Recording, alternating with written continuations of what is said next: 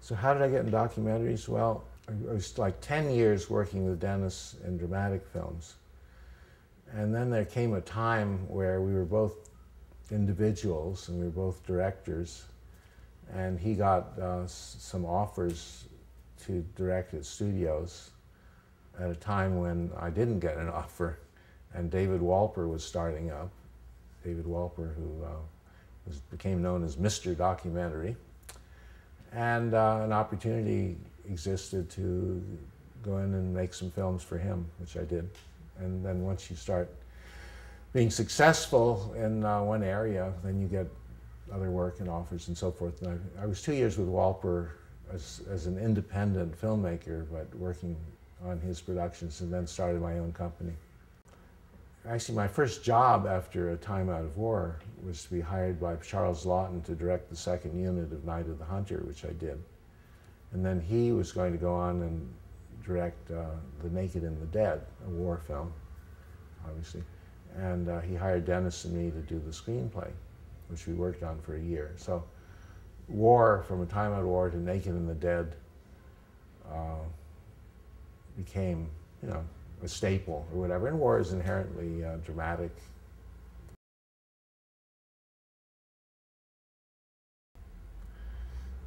I think to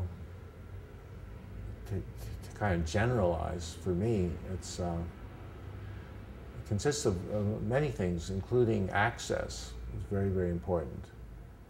I shouldn't say including, it's probably the most important thing, to have access. And how do you get access? Well, often it's through trust. If people don't trust you, they won't allow you into their inner circle or whatever, or into their psyche. But also, technically, having equipment that doesn't need lights and stuff like that is part of access too, because in the olden days, where you had to have, you know, lights turned on, you destroy the reality, you know. So access is important.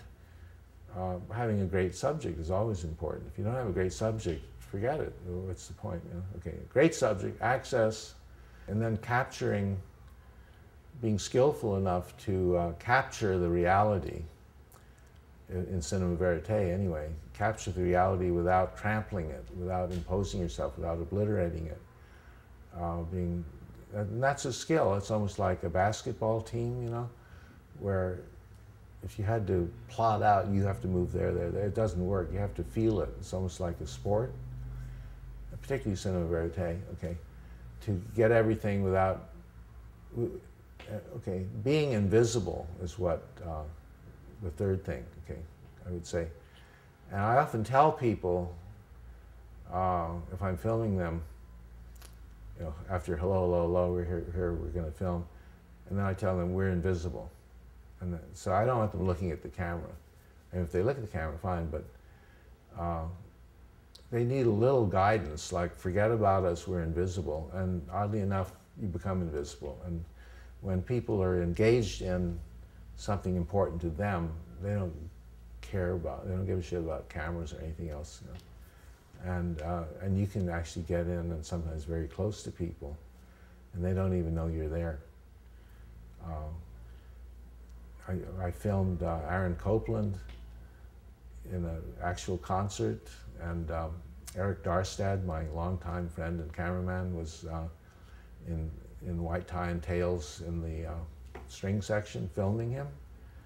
And Copland didn't even know he was there until one moment. He saw him and he almost fell off the podium. But it's important before you start shooting to have done the research so you know what the structure is. You know, when I was teaching at UCLA, and you know, I always say the most important things are structure, structure, and structure. And when people didn't have structure, they'd shoot their budget, particularly when there was film, and then realize they hadn't shot what they wanted to shoot and didn't have any money left. But also time and everything else, and exhausting everybody. So the steps for me are phase one.